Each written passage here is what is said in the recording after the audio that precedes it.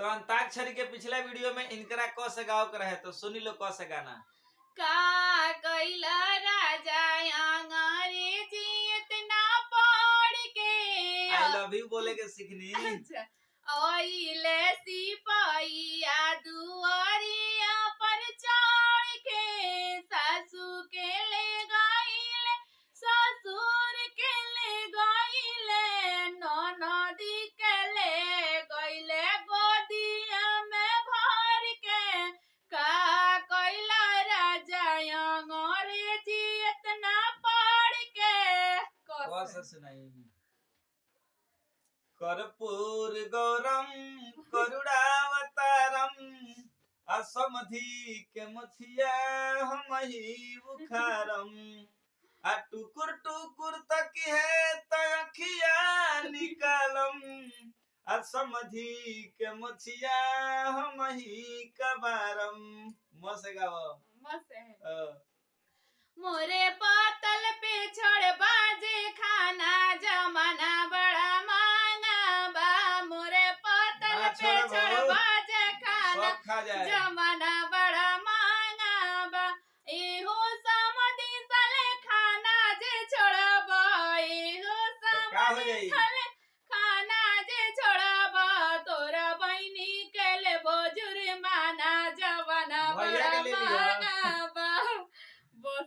बस है बॉम्बे में ले के मकनिया हो पियावा राखे सवतिनिया नई हर में रहीती त मम्मी से कहीती ससुरा में सास मलकिनिया हो पियावा राखे सवतिनिया बॉम्बे में ले के मकनिया हो पियावा राखे सवतिनिया। यस गाओ।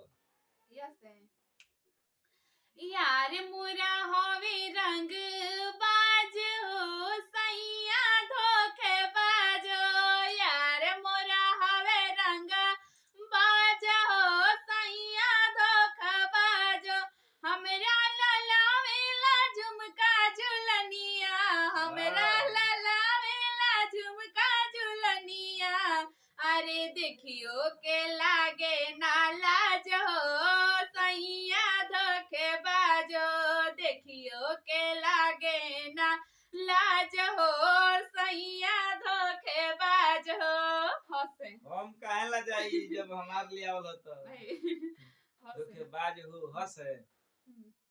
हथिया हथिया सोर कइले गदहो ना ले अइले हो अरे हथिया हथिया सोर कइले गदहो ना ले अइले हो अरे मार साला समधि के नामावा हसैले हो अरे मार साला समधि के नाकावा कटैले हो। हंस गाओ।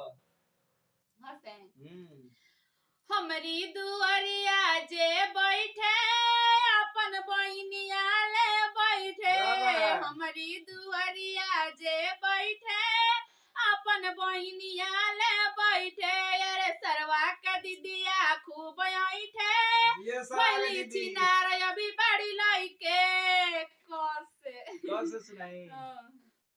काले काले भेड़ावा के भुवर भुवर बाल रे अरे काले काले भेड़ावा के भुवर भुवर बाल रे कहाँ जाला भेड़ावा अनहरिया रात रे अरे जाला में जाला साली जी के पास रे अरे साली छिनरिया के लागल लोटावा सरे साली छिनरिया के लागल लोटावा सरे। रस गाओ। राजा सासू जी के दाना समझाई हो लड़ाई हमसे रोज करेली रोज रोज ताना मारत टीवी गुदरेज के लागे की भूखाइल बड़ी बड़ा का दहेज के राजा सासू जी के दाना समझाई हो लड़ाई हमसे रोज करेली। रोज करेली लस है लागी गइल बाट दिलवा देवरवा से लागी गइल बाट दिलवा देवरवा से पियवा मुआ ना आवे ना बहरवा से अरे पिया मुआ ना आवे ना बहरवा से लागी गइल बाट दिलवा देवरवा से लागी गइल बाट दिलवा देवरवा से सस सुनावा। तो वीडियो बहुत ही लंबा हो बा। चलिए अगला एपिसोड में मिलते हैं। सौ से ई गई है। अगर वीडियो अच्छा लगा लोग है तो चैनल के सब्सक्राइब और वीडियो को लाइक करी और के गाना अच्छा लगेला हमार की कमेंट में जरूर बताएं।